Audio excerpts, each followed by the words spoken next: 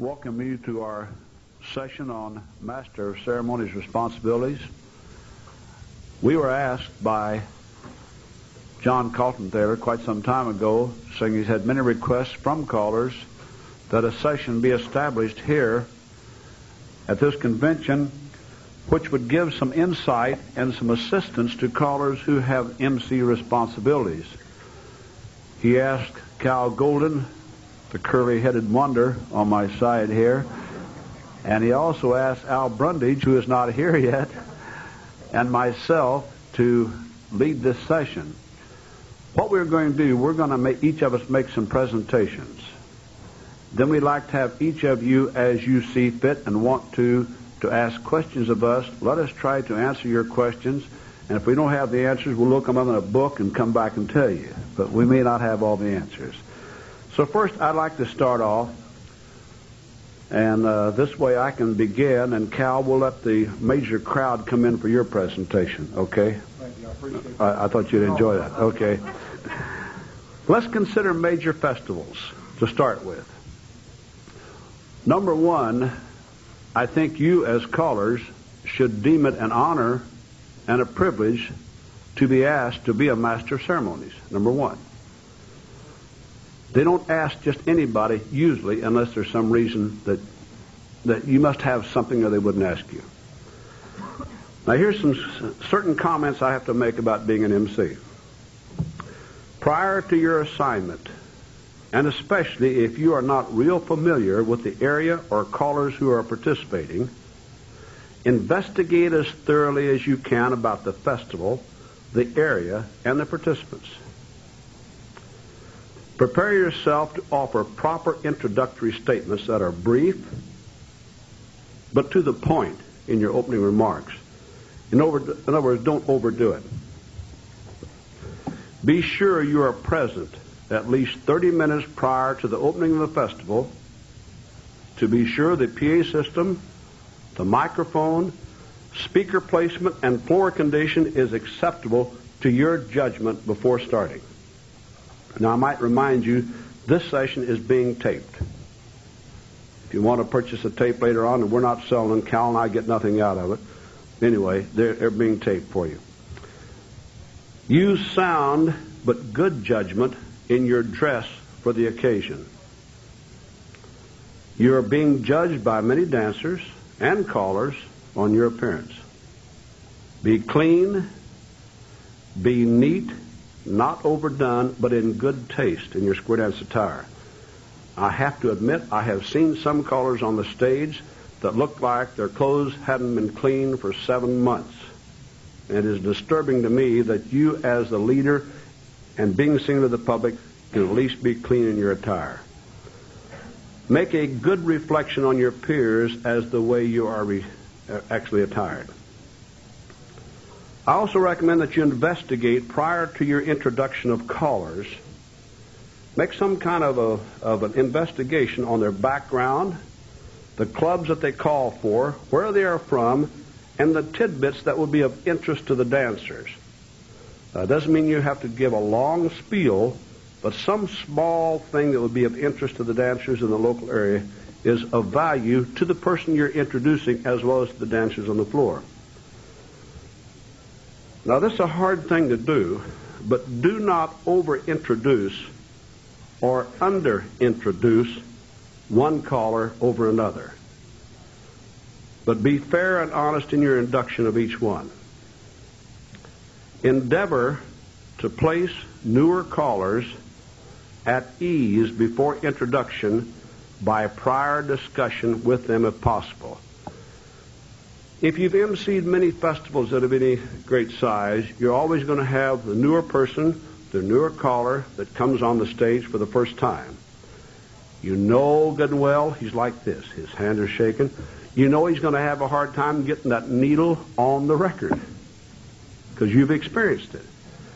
Now, if you can put him at ease in any way to indicate to him that you're behind him, you're supporting him, if he needs your assistance, even by putting the needle on the record, do it. I've had to do this for some callers, that they couldn't get the record. It would, shaking so badly that finally I said, here, let me help you. And I'd go and put the record needle point. Do that. It helps him, and it'll help you in the long run. Flowery introductions become redundant to the dancers as they have come to dance. Don't stand up there all night and make a lot of flowery introductions. Give them the points, give them the facts, let them dance. Before introduction, try to have the squares filled and the participants attentive so the caller can start to work immediately. It sometimes is impossible. If you can have them all ready to go, fine. Instead, after he gets up and he's ready to go, then he has to start filling squares again. Be prepared to offer assistance if the caller has difficulty with the PA system or even has a problem on breakdown in his calling.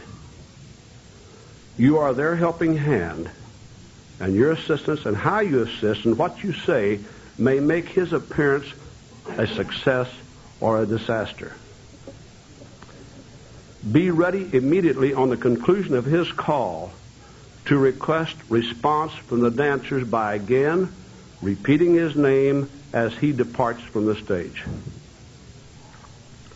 Now let me tell you, before you write all those notes, fellas and ladies, I have copies for you. I forgot to tell you. Isn't that terrible?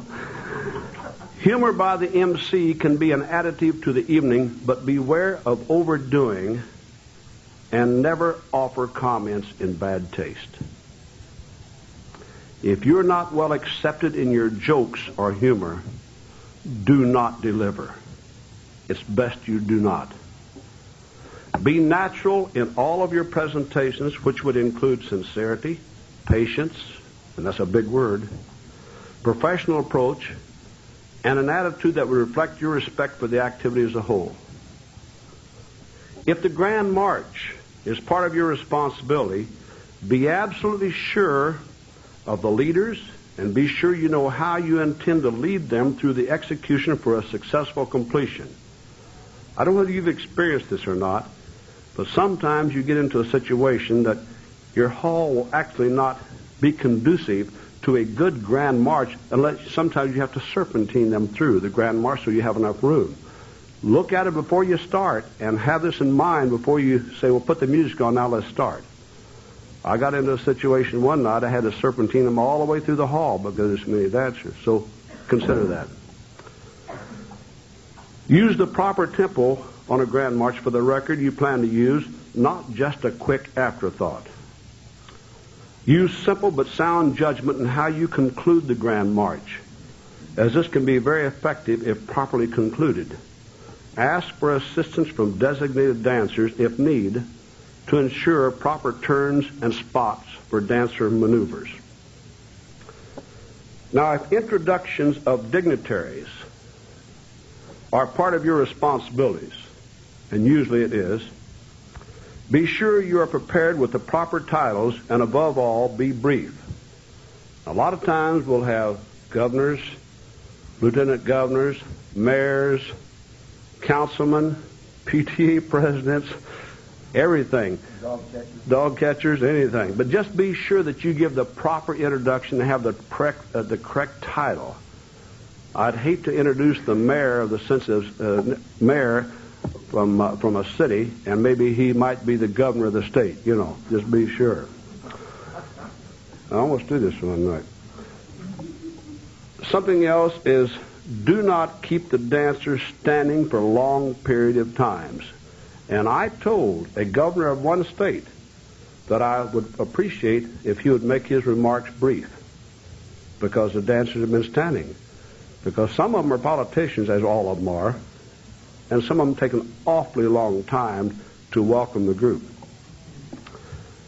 Always start on time. Now, last night we were supposed to start at 7 o'clock, and we started at 3 minutes after 7.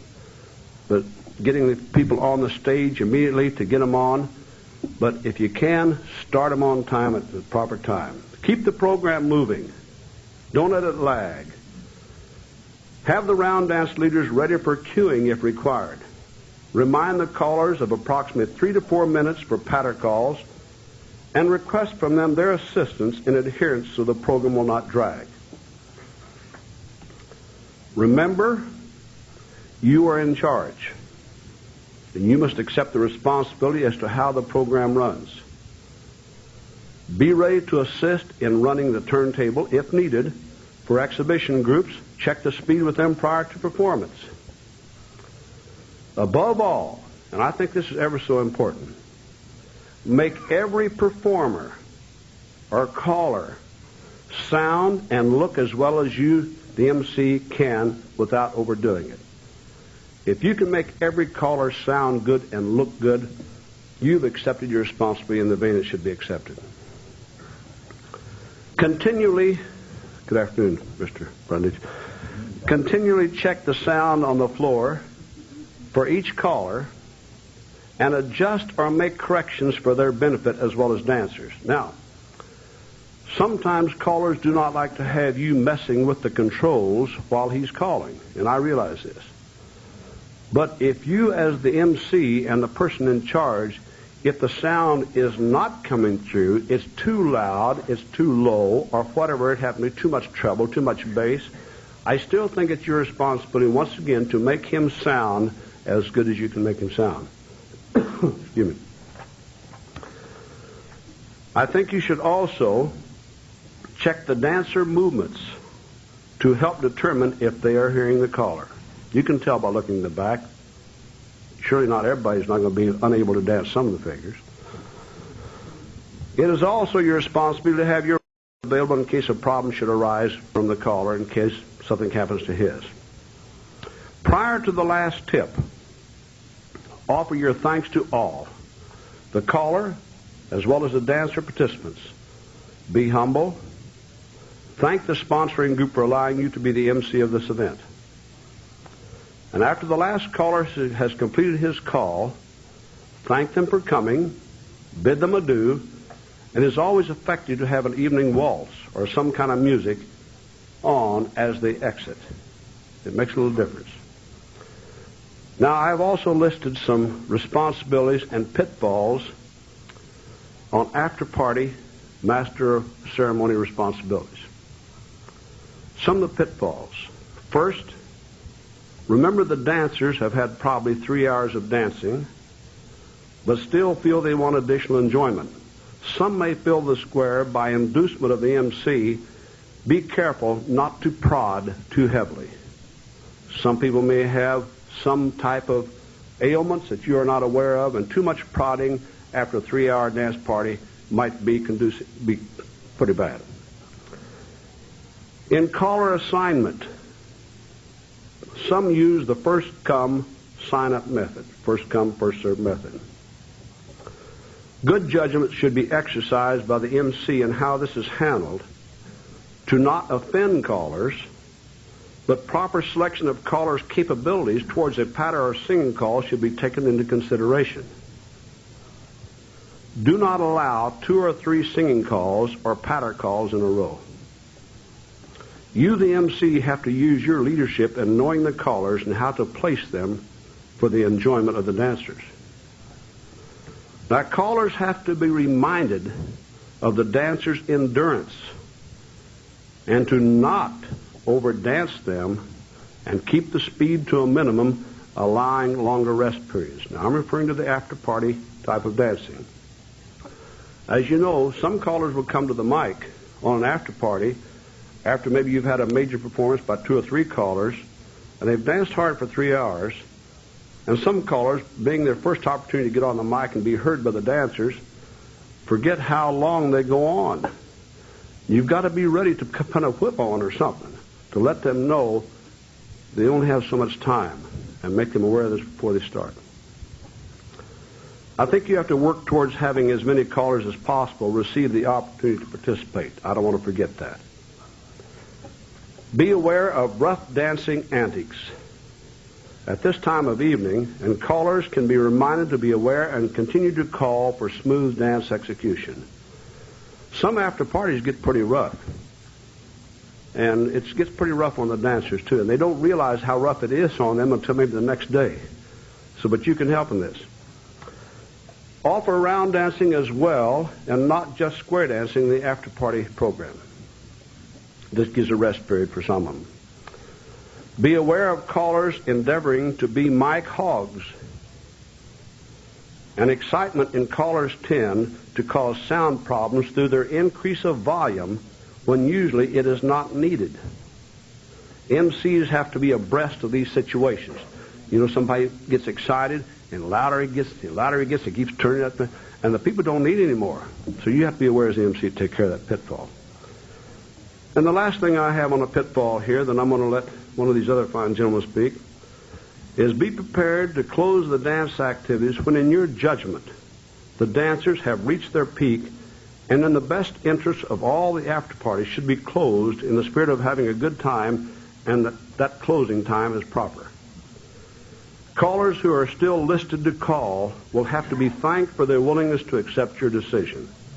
But you have to take this responsibility, and in your own good judgment, if you have people who are just dragging out on the floor and trying to dance another tip, I think by far you have to take that on your own and say, this is as long as we go tonight.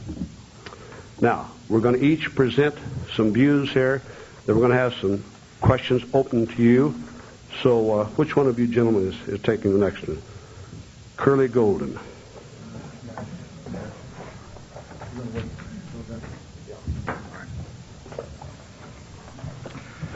I appreciate that curly business. Isn't it terrible to come to Florida and catch a cold? Curly doesn't have handouts, and so you better take notes. However, it is being taped. We would like to say that John had asked us for handouts. He mailed the letter on the 8th of January. I was down in Florida once again. I've only been home 2 days in the last 3 months, and the secretary filed that letter away, and I found it last week, and it was a little bit late. So we're sorry that we didn't have some handouts for this.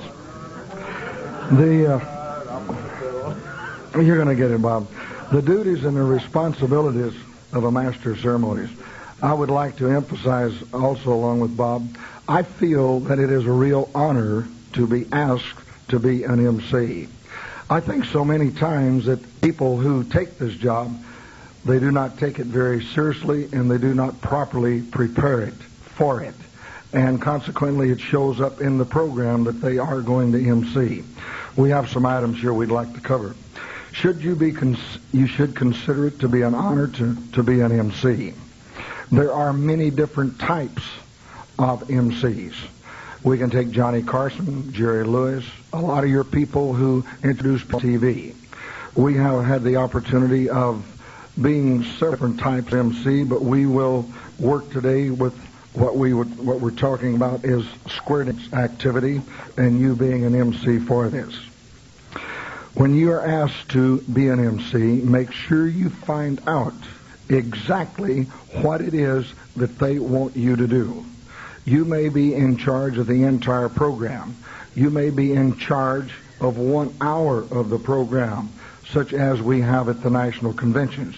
But make sure you clearly understand what it is that they want you to be in charge of and what part of the program. There may be occasions where you are an MC and be in charge of the entire program, where, in other words, you're going to do everything. You would come out on the stage and introduce yourself sometimes. Maybe there's no one there to introduce you. You would come out and tell the people who you are and that you are the MC for the evening.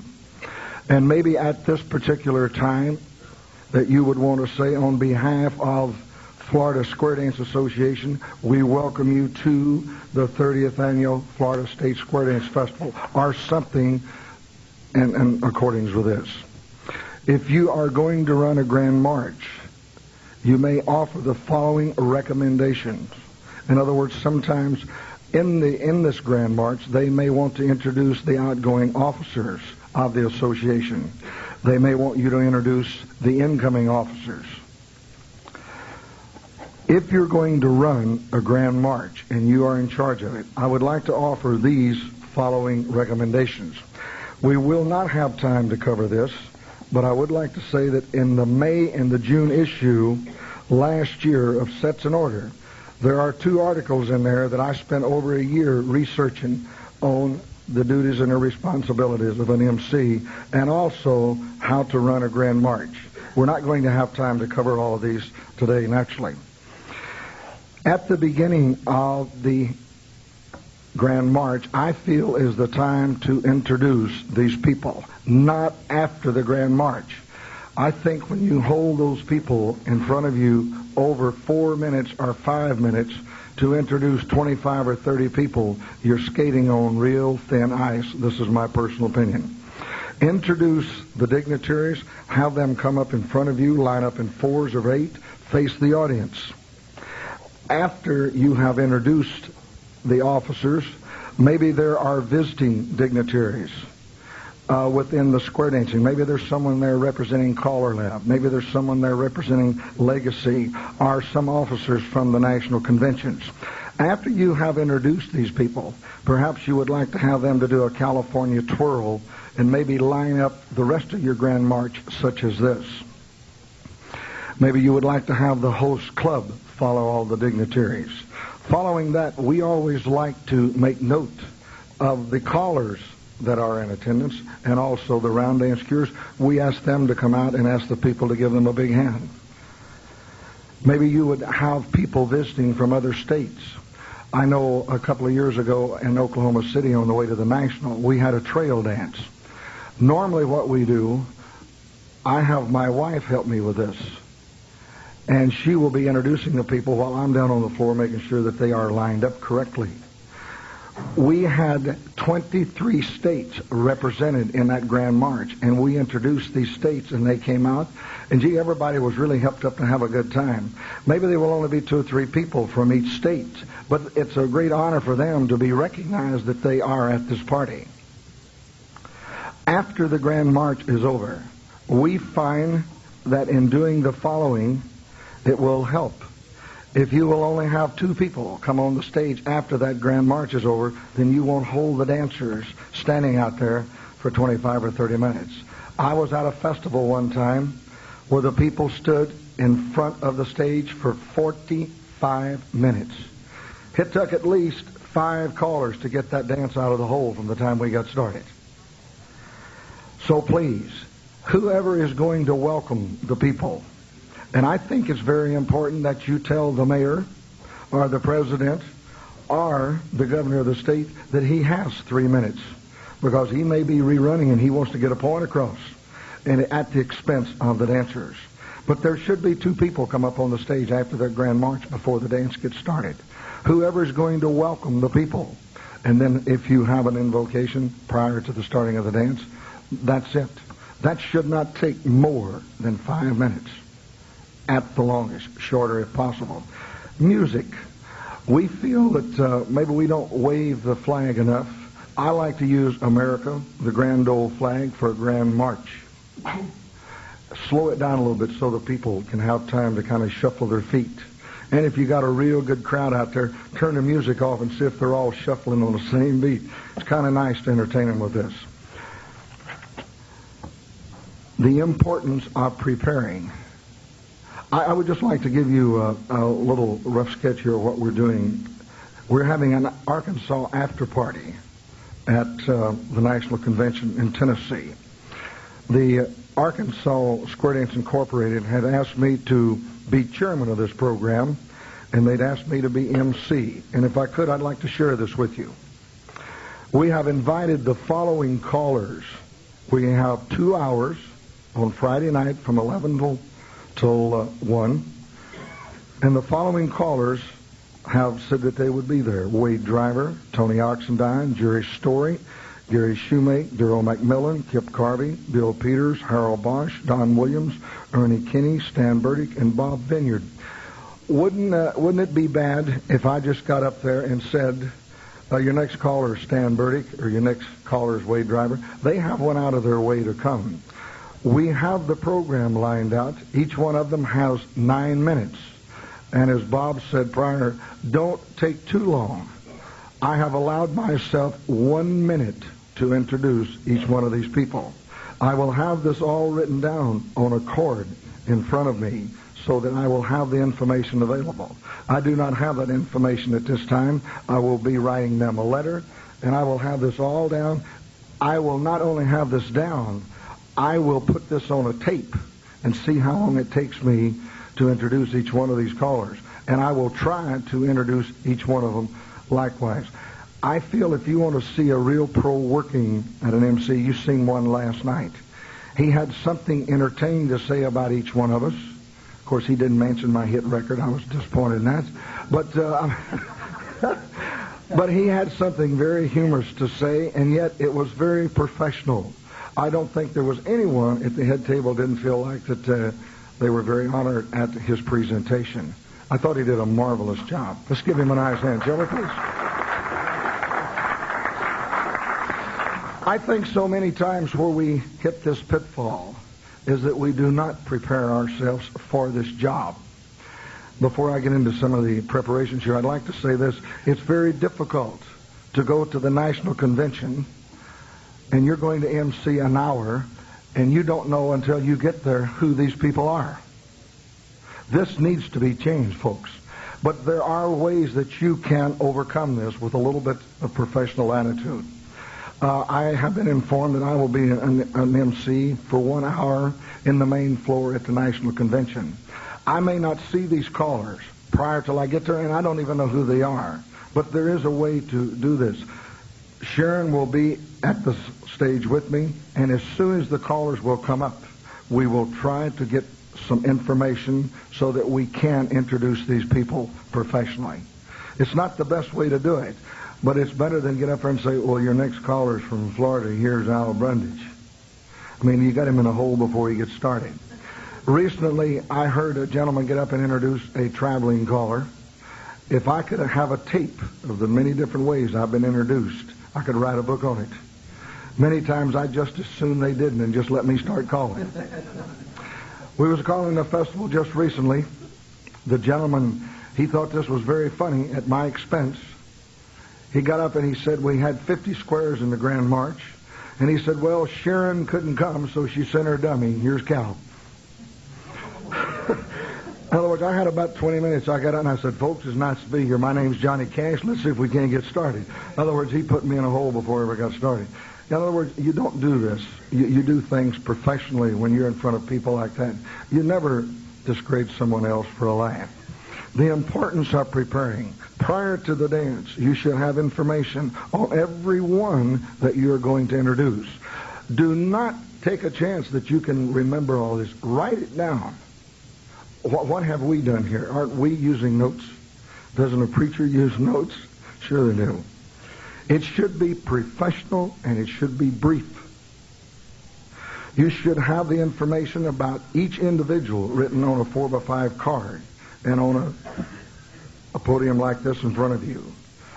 Sometimes the MC will be responsible for sound, be responsible for putting that needle on. Have you ever had your PA system where the gentleman come up and his hand was like this? He laid the needle down and it went all the way across your record and he hadn't brought one? You only have that done, especially around a $25 needle in the meantime. You only get this done till you want, till you start putting the needle on yourself. It helps. And once again, each caller is not going to have the same volume. You're going to have to adjust. Don't you adjust your PA system for every record you put on there? You're going to have to do the same thing with each caller. Normally, I will always tell a caller to say a couple of words so that you can hear how it's going to be. Explain to each caller how to get the best use of the PA system and the microphone. If a caller is nervous, a lot of times he's got the microphone over here and he's talking here. It's pretty hard to hear when you know you got the microphone over here or down here. MC's dress. I want to say this honestly. I think you just came from a session with Bob here about dress. Please believe me, I have had in the past year across the country at least 500 complaints on the caller's dress. Folks, we need to take a look at ourselves and see if we are dressed properly. I'm not saying that you should buy a $5,000 rhinestone suit, but if you want one, I know a guy's got one for sale. How about a few? I had to hawk a few of them on my last tour to get gas, but we do have some. Your attitude. Now, we've been talking about this. Dress is a form of attitude. The way you talk and the way you smile. I don't know how this is done, but somehow or another, your attitude goes right through that little thing, and it comes right out that cotton-picking speaker every time. If you put a smile in your voice, you put the pleasance in your voice, it seems to come out. Attitude. You have one chance to make a first impression. You don't get that second chance. You got a first chance to walk out there and look good. Show willingness. Let the dancers know you are there to see that they're going to have a good time. There is no question. Man, you just know. You make them dancers feel as an MC. You're going to build those dancers up for the caller, and you're going to build that caller up for the dancers. Be gentle. Be kind. Be professional. Wear a sincere smile. I had a gentleman work for me one time, sent him to school for 6 weeks so he'd learn how to smile. Good worker. But every time he shook hands with somebody, he made him mad. We can do the same thing behind this microphone by the way we say things. Judgment. Use all of the experience you can. Muster. Read. Try. Think about each individual you introduce. Judgment is saying the right word at the right time to the right people. Don't make your introduction too short or too long. Be loud enough for people to hear you, but not too loud. Be soft. Be gentle. Be professional. An MC must have the attention of the dancers before he introduces the caller. The best way I know to get attention, number one, is to give it. But how many times have you heard someone get up over the microphone and go, shh, shh? That's very irritating to the dancers. Plus, they might just do it. Why ask people to do something that you can get without asking them? Just put the music on. Let it play and say, everybody bow to your partner. Bow to the corner. Take it off and say, ladies and gentlemen, your next caller. One of the things, in case I forget down in this list here, to be a professional at this, if I was going to introduce this gentleman here, first I would introduce his wife, if he has one, or maybe he has a date or something. But I would never say the last name. You would introduce his wife, then you would tell all the good things about him. And the last thing you would say before you hand the person the mic is say, and here he is, Al Brundage. Then the people ask for an applause. But if you say, our next caller is Al Brundage, you've just shot about 95% of your ammunition right there. You know? Not only that, while you're saying this, he's sitting over here and saying, is that really me he's talking about? You're building the guy up. Attention before you introduce the caller. The best way I know to get attention is put the music on, say bye to your partner, your corner, and your next caller is. I about used up my time here, haven't I? Go ahead, John. Okay. I have a list here that we do, and I'm sure Bob has a more extensive one. About 4 years ago, I wrote 120 callers, and including these two gentlemen right here at the table, and they probably have forgotten about this. You know, callers don't write too often. Even when you put a self-addressed envelope inside, they still don't answer too often. But I wrote 120 callers. I got back 80 letters. And one of them was on the duty and responsibility of an MC. I would like to share just a few of these with you. But if you take a job as being an MC, please take it serious. I remember one time, just briefly, I became a Shriner, and they asked me to be the MC at a Shriner convention. There were 28 Polacks sitting at the front table. They had 4 syllables in each name. And I don't speak that good Arkansas English. I worked on that program for about 3 months. I would tape it and share it and say, do it again. So sometimes tape what you're going to say and listen to it. If you take the job, take it serious and do a good job. Here's what our co-worker sent back to us. The duties and the responsibility of an MC. Keep the program moving and on time. Is that right, sir? Is that right? Be able to put everyone at ease. I know a couple of you are at ease because you're asleep. I can tell that. Yeah. The MC is the go-between for the dancer and all other parts of the program. He should have background knowledge of the individuals he's going to introduce. He should build up the individual he is introducing as much as possible without stretching the truth too far. He should make the dancers look forward to the caller, and he should make the caller look forward to calling for the dancers. I think this is very important. Nowadays, you've got to hurry. He should repeat the caller's name and where he's from when he is finished. But if you don't hurry, they'll always be in a huddle doing something else and they won't applaud. Before I lift up the needle, I always tell the dancers to give themselves a big hand. It makes me feel better. He should use the caller's hoedown to get the people on the floor to check out the volume, the speed, and things like this. He should understand and be very familiar with the sound equipment that he is using. He should constantly be aware that the dance is being put on for the dancers. Therefore, they should receive first consideration on everything.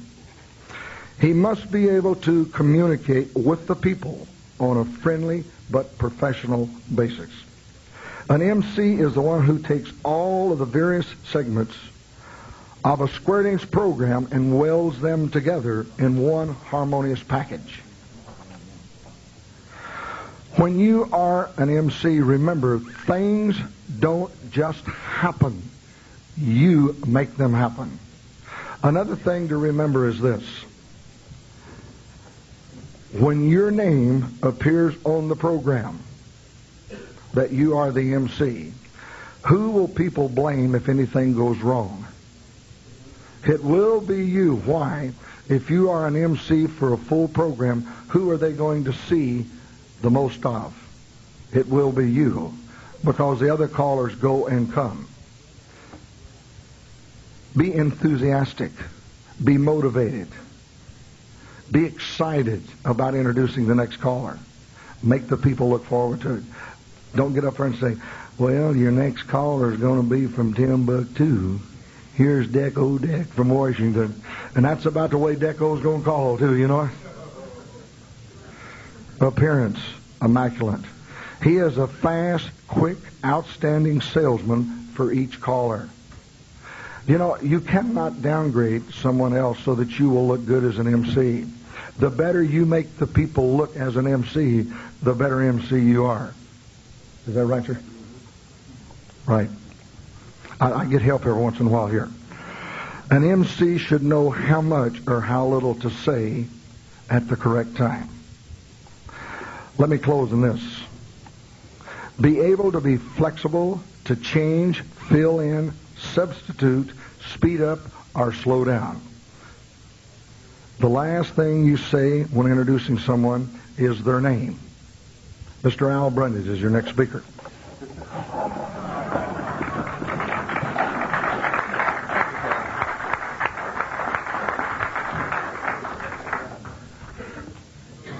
You thought I was applauding for myself. I'm applauding for Cal. Cal's a tremendous guy at this job, and you know that.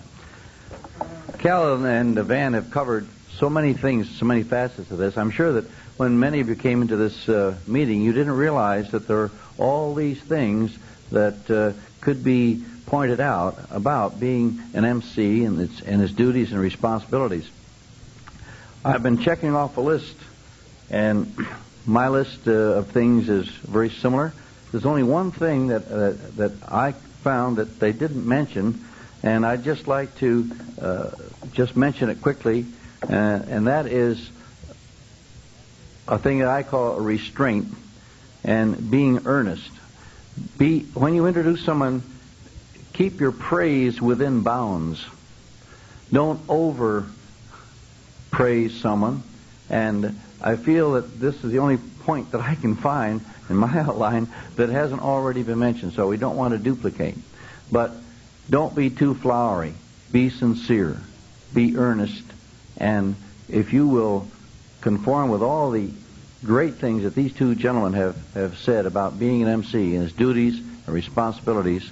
And if you prepare ahead of time and be specific, relax, make the people feel comfortable, make the caller about to come on stage feel comfortable that he will not only do a super job of calling, but you'll make a good friend.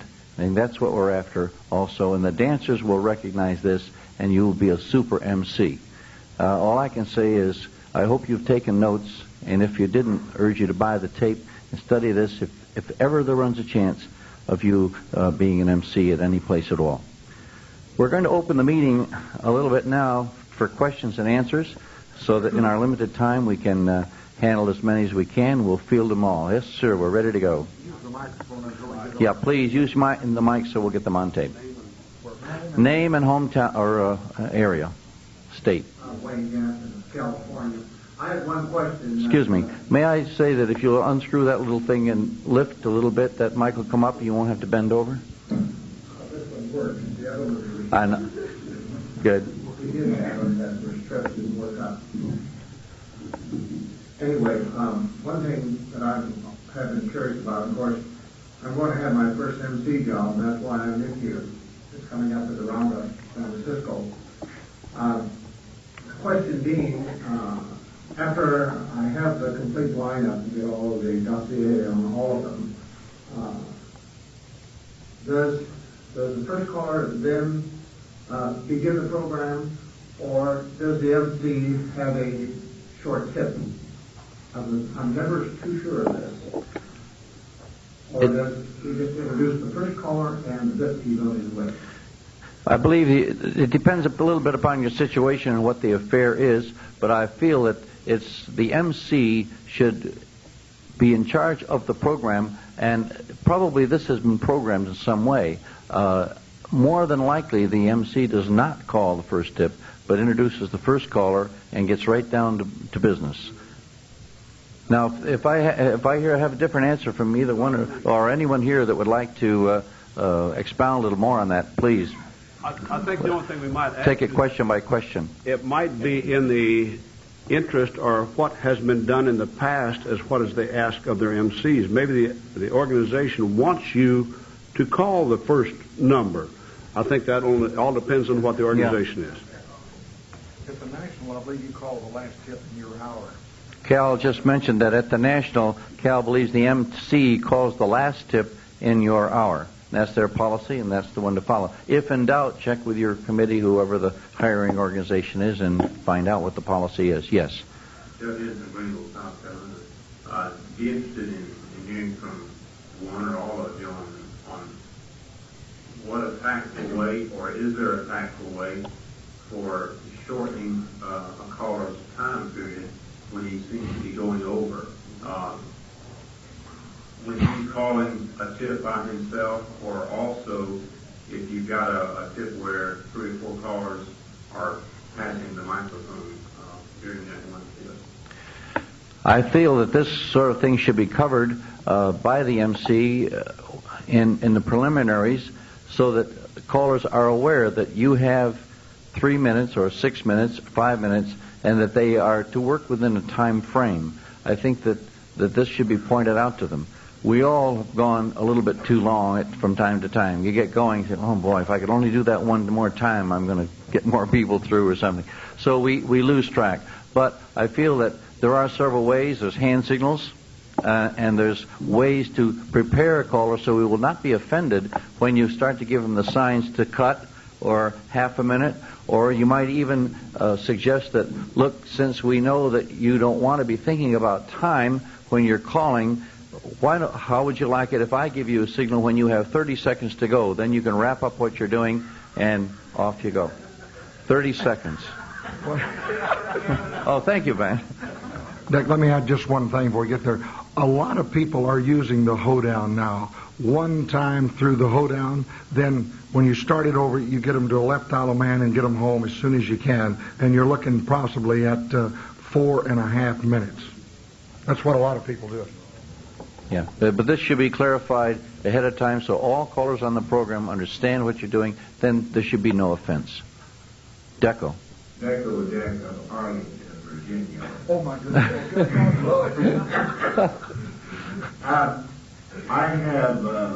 I would like to ask you, gentlemen, and I realize that you do have a great deal of capability in this field, to give me a little guidance on the poor guy that bombs out and the aftermath of the bomb out, to pick up the program again for them. How do you handle bomb out? When a guy really is tore up and if they have any heart at all, they don't really make the caller suffer. Except once we get into the, I shouldn't say it, higher levels, many times these people are very critical and their attitude has changed perhaps from those that we hope to perpetuate in the normal square dancer. But I think you can call upon the dancers to respond just because they do feel sorry that the man did bomb out. They know he's given his best effort, and they know that in their hearts that they wouldn't really like to be in his shoes. And I think that the MC has to be very much aware whether the man is bombing or not bombing, and then if he is, to be ready to stimulate that audience, to at least give him an ovation of some sort, so to get him to send him off that stage. I don't think that the MC's job is to apologize for it or to in any way point up the fact that, well, you know, it's only his first year calling, and so consequently we hope you'll do better next year. Statements like that in a negative manner I think should be out. But I feel that you can come in there with enthusiasm, with some spirit, and I feel that the dancers therefore will respond and turn a bad situation into one that's, if not good, at least better. Any other comments? Yes, Van? I just might make one short comment, and that is, it's going the same line that Al is saying, that you, after picking up the mic on a bomb situation, you could turn this from a negative situation into a positive situation as the way you stimulate and what you say in regards. I've had this occur many times, and just a small thing saying, well, probably this is the first mistake this man has ever made on the microphone, you know. But you can do it in a nice way and have the dancers respond to him. And like Al says, usually the dancers feel worse sometimes than the poor guy that went off the stage. I think the fact that you are thinking about this ahead of time, Deco, is enough to give you some thoughts on what will you do in this kind of a situation and just how you'll handle it. And I think every situation is a little bit different. It may depend upon the personalities involved and the exact situation at the moment. Let me make one comment on Cal? I realize this is going to extremes, but I have had a situation where a young caller would get up, and he wasn't doing this bad a job of calling, but he was lost. And you can always tell when a caller's lost when you hear dive through, pass through, star through, pass through, bend the line, right and left through. And if you know where the corner is, and you can walk by and say, have them star through, pass through, and trade by an out man left. And boy, you never seen a guy smile so much in your life when he gets in that left out man. He knows he's lost. Pay attention to what's going on. I have helped a many young caller, especially in our callers college on graduation night. They get up there and they're sight calling for the first time. After the second left out of man, they're lost. You can be the other thing too, Al. Van? Let's reverse the procedure just a minute, and you can have the caller that excites the crowd to the extent that they don't want to let him leave the stage. Now, this is just a reverse situation. He has not bombed. He's built him up to a peak. But at that time, you have to take the microphone and try to explain to the people that you have some other tremendous callers coming on, and it would not be fair to not let these people have the experience of giving their good to the dance situation, too.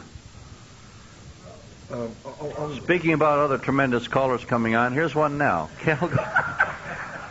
Listen, going along with this right here, you know, when you start asking questions, you get our brain to thinking. Another way to change that situation, maybe you've got a guy that really has got that floor up here, and that next poor new caller in the corner over, he is shaking. This is a good point right now to say, now, folks, we want to remind you, make a little announcement between the time that guy finishes and the next, and you've got their mind off of this. Just a little bitty thing. Say, don't forget now, after the dance, such and such is going to take place. You've got their mind off of that. Then this boy over here, he's took a deep breath. How do you keep from being nervous when you come up to MC or call? Was anybody at St. Louis a couple of years ago when I had the honor of presenting Bob Osgood's Milestone Award? I was not nervous. I was scared to death. Dale Carnegie got me through it. I never looked at anybody. I wrote everything down so I could take a breath at the end of the sentence, and we made it through. I heard the tape the other day. It wasn't all that bad. It wasn't all that good, but it wasn't all that bad. Thank you, Cal. Good suggestion. Interject something to take the people's mind off, to change the scene. Just 30 seconds will do that too, Van. Other questions? There's got to be other questions. Man, they are great. They're great. I want to add something. Something I forgot to say, but I recommend that you all carry a Star Spangled Banner record with you. The reason why is because sometimes maybe they're going to have a pianist who's going to play it, or an organist or something of this nature, and they plan to have the Star Spangled Banner. They have a vocalist there to sing the Star Spangled Banner, but nobody has any music, and they can't do it a cappella. So it doesn't hurt to have a Star Spangled record in your repertoire of records. Plus, like Cal says, a good Grand March record. And thirdly, I think it's always safe to say that many times you're going to have to lead the Pledge of Allegiance of a flag, and you better know it.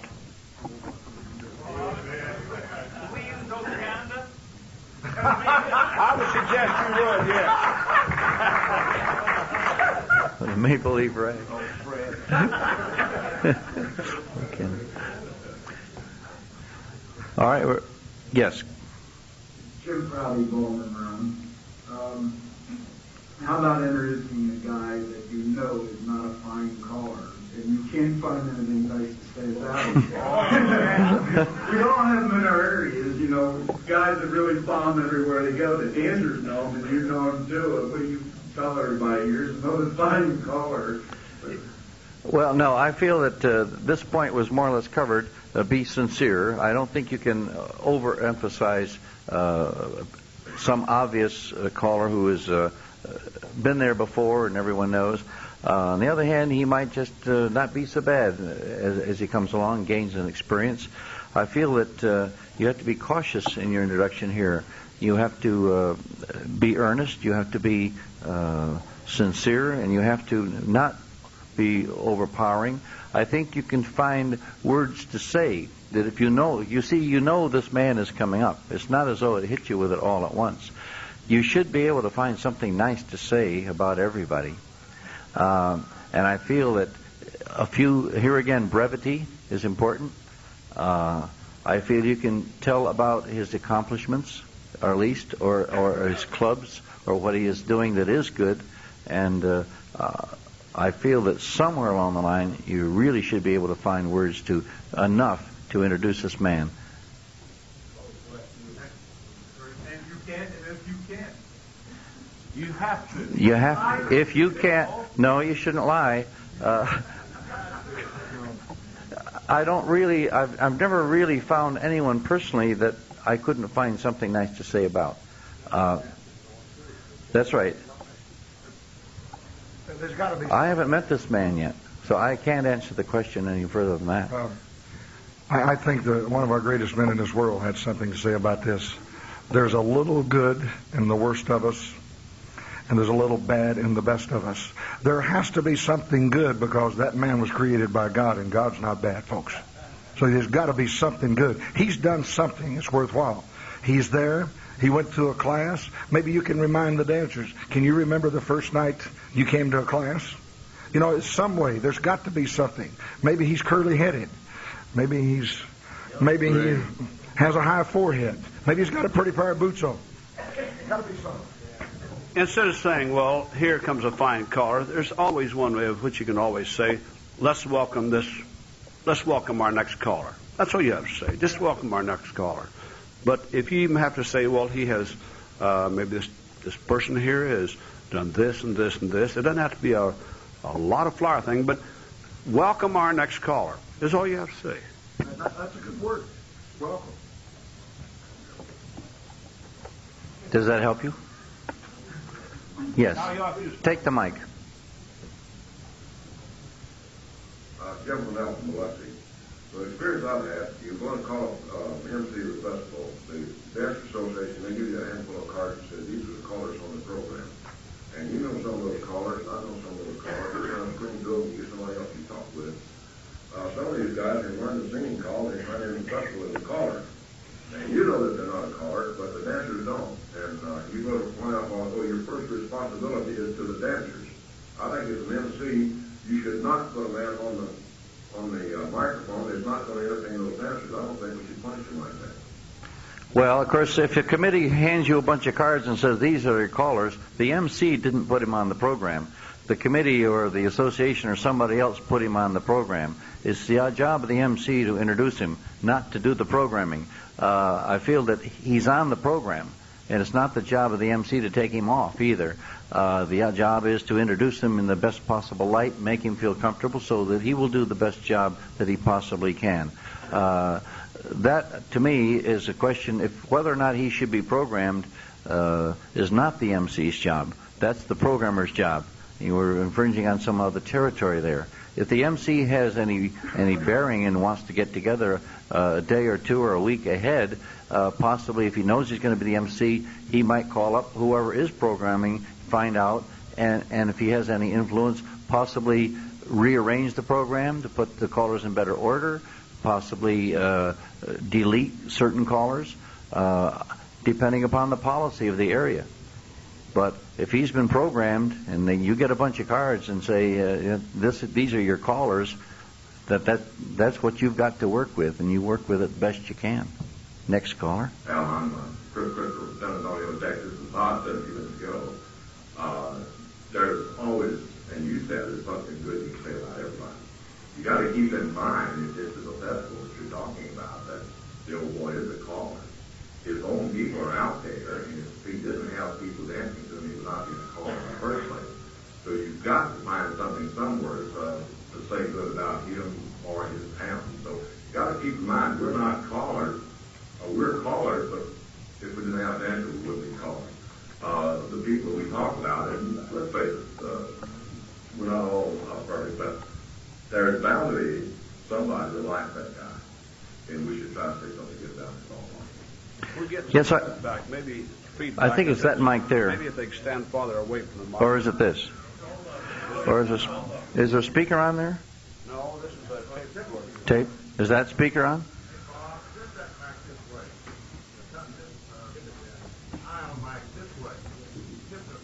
Tip it down. Tilt it. That's it. There we go. Try from there. See what it sounds. May I just, all right, say 1, 2, 3, 4, or...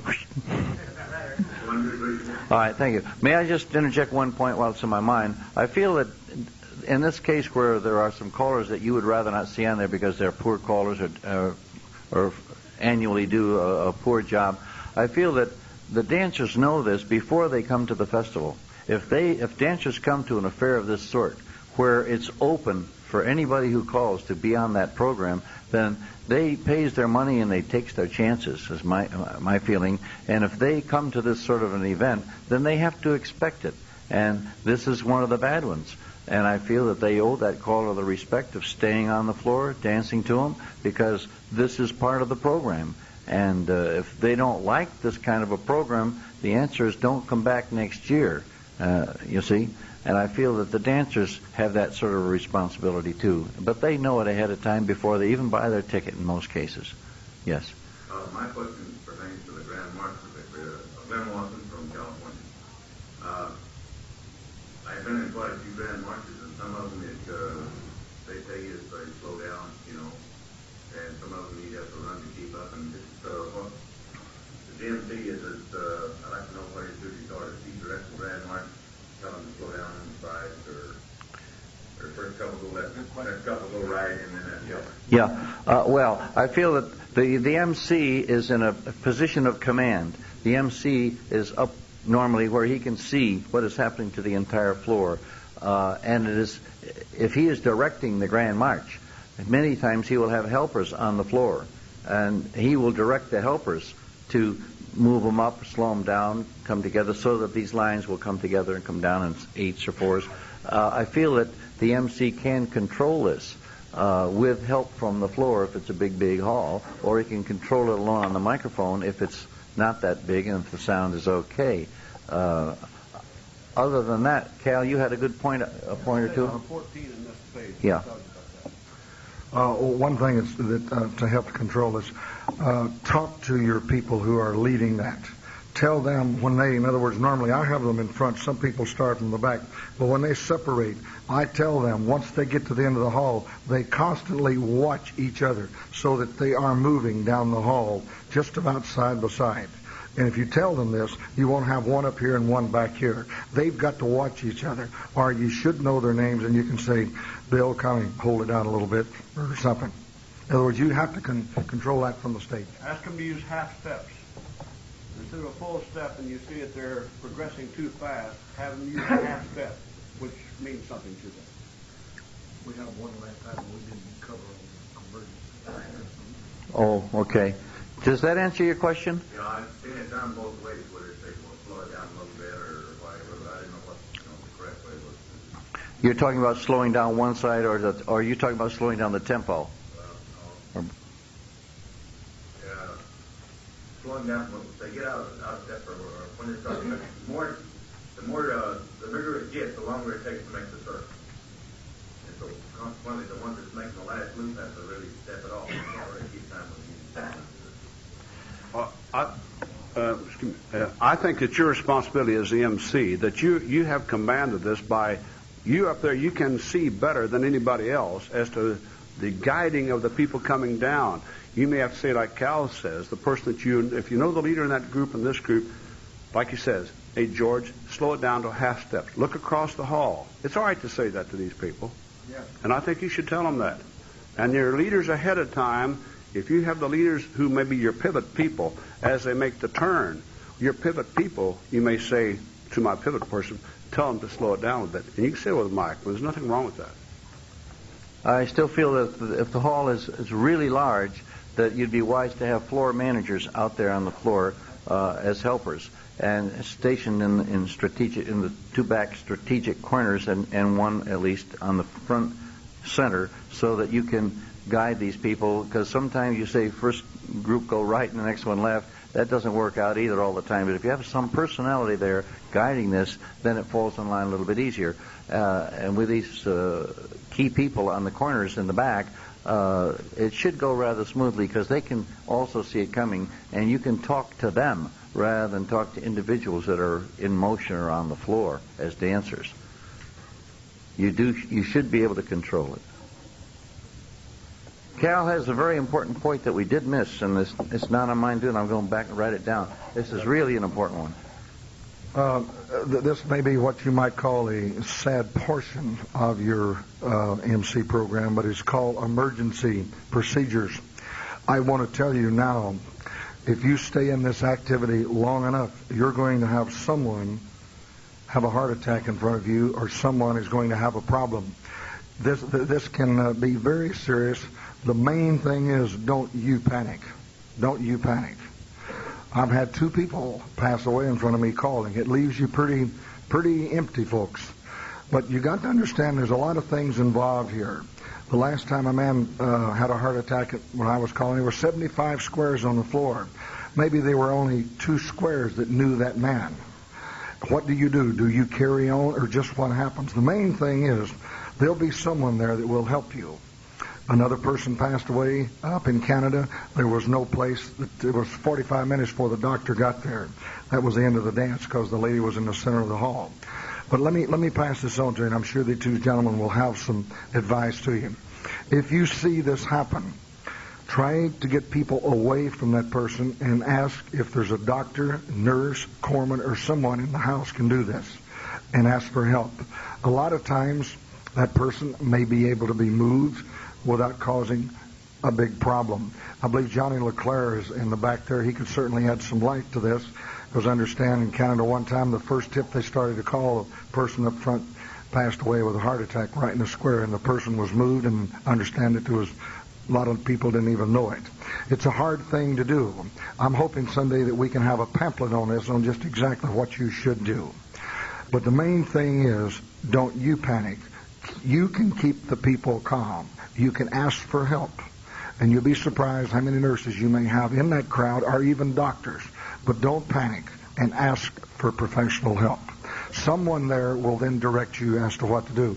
The last time I had to carry on with the dance, I knew the person had passed away. Not all the people in the hall knew that, only just a few friends. Those friends went home, which I understand. But some other people had drove 150 miles to the dance. So you have to have consideration for everyone. If it's your club, then I'm sure everybody would go home. But at a big festival, it's a big problem. Johnny, would you like to make a statement on that? Because I know you've had some experience with it, and I'm sure these two gentlemen have too. It's very important, folks. I just take a moment of your time. I think one of the main things that we have found in working in resort areas is that this is happening more than the normal. And we have made it a rule that we have exact change for at least 2 telephone calls. We have those numbers ready and available, and would also locate the nearest phone. But I think the main thing is to keep in total command of the situation. That is probably the most important thing. Thank you, Johnny. Dan? In a large, very large festival, which occurred to me about 4 years ago at the Reno Festival, where they had 7,000 dancers on the floor. It's one of the larger ones. People come from the areas which are of low altitude and come up to Reno, which is around 4,800 feet. They stay out late at night. They'll have a few drinks in the evening, and they'll tire themselves out completely going to the casinos or et cetera. Then they come to the dance Saturday night pretty well worn out. So they have to be very careful. They have an ambulance on standby at all times. Had this occur with me about halfway through the dance one evening. And a man did have a heart attack right in the middle of the floor. With 7,000 dancers, naturally you can't stop and make everybody get out of the way. The gurney was called. They brought the gurney in through. But I kept the dancers. I asked them to move so this person could be taken out, and they worked on him on the way out. But at the same time, I kept the dance going, because I felt like at that time, if you stop the dance, it's not going to help that man any, as long as they make way for him to get out. But the dance kept rolling, and people didn't know who the person was. Majority of them didn't. So I think you have to, like Johnny says, be in command of the situation. Don't let it get you down, because your reflection of what happens reflects back to the people, and in turn the whole thing goes down the drain. Cal just mentioned a word which I feel that is very timely, and that is good judgment. At this point, your good judgment comes really into play. And I think if you give it some thought ahead of time, be aware that this can happen to you, and be aware that it'll probably happen when you least expect it, and you're not ready for it. Get ready for it. Because this is the kind of a situation that does happen quickly, unexpectedly, when you at the most inopportune moment, and this is what you have to be ready for. We have another one. Al? Thank you, Al. I was all the way from North Carolina.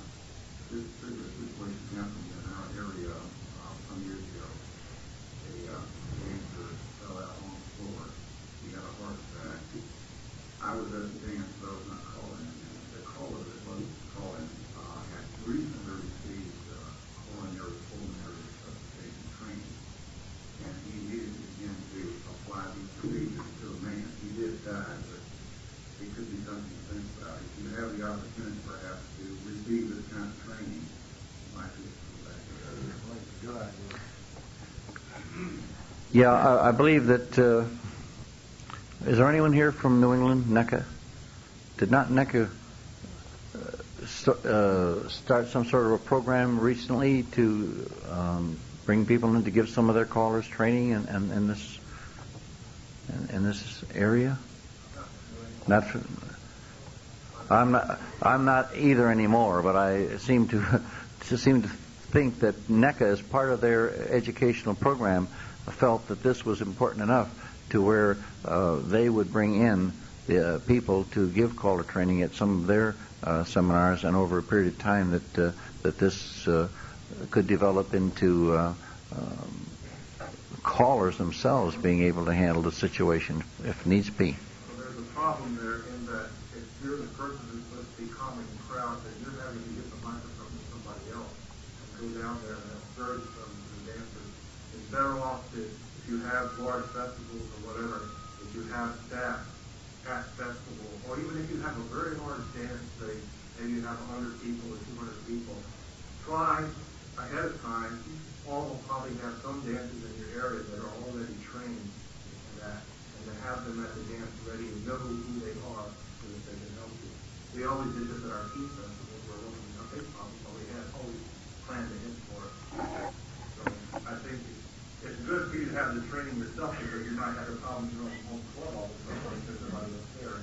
Also, it's probably good in your own club to, if you know, to get to know every year when people come to class to find out who has training and who doesn't. Because someday at the unbooked opportunity moment, you might need it. Thank you. We have several more, and then we'll move along, but go ahead. Tim Crowder from Golden Around. I had this happen to me, and it wasn't a festival, it was a workshop, and the man had a heart attack and dropped face down. I was very fortunate. I had a male nurse in the crowd, and he administered the CPR, and I gave him mouth sufficiently safety man. But the point that I'm trying to get here is that I didn't stop the dance. I didn't stop the workshop. As soon as we got the man out, I started everything back up again. I don't think it's right to stop the dance. I think you should go on with the dance after it's gone, because everybody was feeling like it's terrible, this thing happened. And after I started calling again, then it seemed to calm everybody down and went on okay.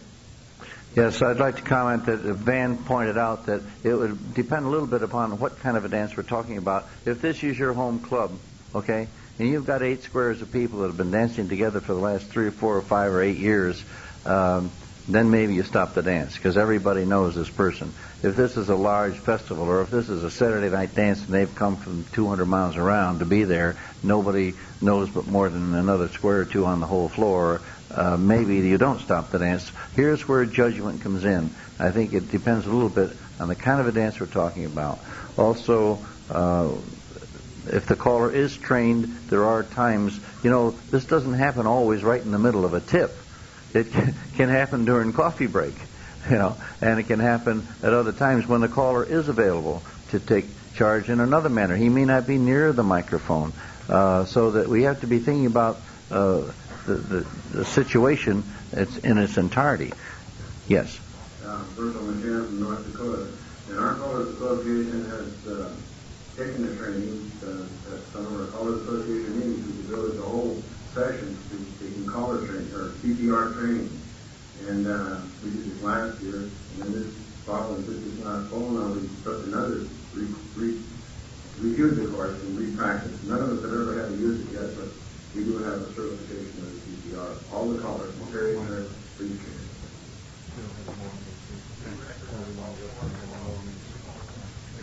We have one other little bit of Van had written to me a small note on MC he'd like to hear discussed a bit, and that was supposing as MCs now, this is getting away from emergencies, but the program starts to drag, and we're getting behind schedule. We're running short of time, and we've got a lot of good callers coming up. What do we do to get back on schedule? How do we assist in this? You don't want to short change any caller that's yet to come up on the program, and yet you can see visibly we're really running behind. What's the procedure? How do we handle it? Anybody got any ideas? What would you do? Deco? Double up the callers, one singer, one patter. We may not be that far behind, but that will certainly do it. And I'm sure that the callers that would finish up that kind of a program would feel like maybe they had been a little bit shortchanged as compared to the callers who were on the first half of the program, who had full tips and had taken extra time. That's why you're behind. I'm not sure you would. Yes, Van. That's an emergency. Van. Well, I have one suggestion. I wrote this down here because I know that you're going to find yourself in a position sometimes where no matter how hard you try to keep on schedule, you're going to find yourself running behind. If you have round dancing within the program structure, and if they're doing, if they happen to have a 2-on-2 program, you're going to make somebody mad if you cut out the rounds or cut out one round. You're going to make the callers mad if you cut him down on his programming. So I think you have to adjust gradually by telling the callers, all right, if you're doing a patter, remember you usually are going to get 3 to 3.5 minutes. We're going to ask you to cut it to 2 or 2.5 minutes, and we're going to give you a kind of little sign to let you know that you've gone your time. If you do this consistently, you'll probably catch up some time, and maybe if you're having 2 rounds, you might ask the round dance instructors if they'd mind knocking down to 1 round for at least 1 time. Sometime this will help. Did we have other ideas from the floor on this? Dick Warren from up in New Jersey. Yeah, we have 2 ways of handling that if we can. Number 1 is that saying that cut the hash down. Number 2, I think this should be programmed into the program. Allow an extra minute here and there. And if you find yourself running short, then you can throw in a line dance or something that has the time. Some of the problems we face is they'll give you a list of 25 callers and expect you to get them all on in a 3-hour period. You know. Yeah. Yeah, I really feel that what we need here is education as to how to program a festival or a dance when we have a large number of callers. This again throws it back. The programming committee, or whoever has programmed this, throws quite a burden on you when he hands you 25 callers and says, we got 3 hours and let's go, boy. This is 2 minutes and 39 seconds each. I feel that part of the bad programming comes from overcrowding the program, not leaving some space, worrying about there's not going to be some action every single second of the time. I think that we have to educate dancers who are in programming positions to get away from this idea. Don't program too tight. And I think as MC, if we know we're going to be MC and have taken this job and have an opportunity to talk ahead of time with these people, point this up. Hey guys, give me some flexibility. It takes time to form squares on the floor. It takes time for a man to get into a call, to get comfortable before he really feels comfortable. Maybe it takes him 1 minute of his calling time just for him to catch his breath and get over shaking, okay? And then he starts to call. Maybe it takes him 2 minutes. Make dancer programmers aware of this so that they don't program too tight, if at all possible. California here. What happens if you've got say it's a caller jamboree type dance and you're an MC, and if you've got 6 callers, you've got room for 8 tips.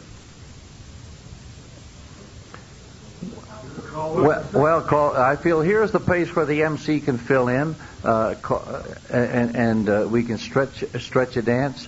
I don't find any trouble in stretching a dance many times, because just adding one more sequence in a patter call will take up some of that slack. Having the MC call himself will take up some of that slack. Taking a little bit more time between squares and rounds, if there are rounds in there. Or just let them sit and talk. I really see nothing wrong with a little socialization and giving them 1 or 2 minutes off. I don't feel that we have to be dancing people 100% of the time to make them happy. I really don't think that's really necessary. You might get a few people who are standing on the floor and never want to leave the floor. But you also have a lot of other people that don't mind sitting down once in a while and finishing a cigarette,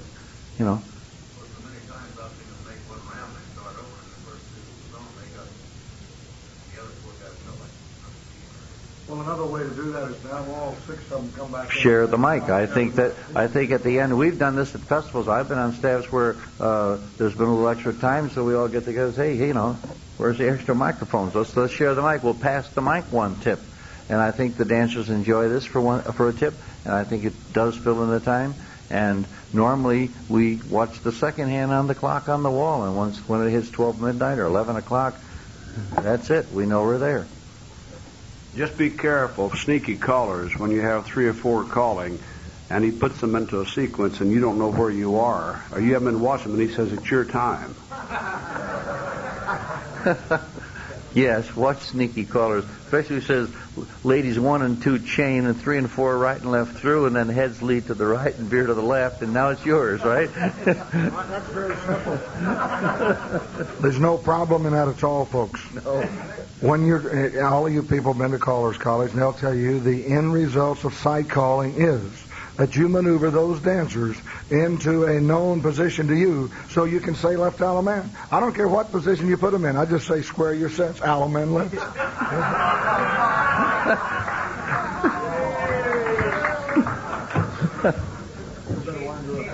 All right. Are there any more important topics that we're so that we don't run too late with our other scheduled activities and miss our banquet and you have a time to relax and enjoy other people. Unless there's something really important burning in your mind, we're going to close this off. I'd like to, first of all, thank you all for attending. I hope you've gained something from our session. And I'd like to thank Van and Cal here for furnishing most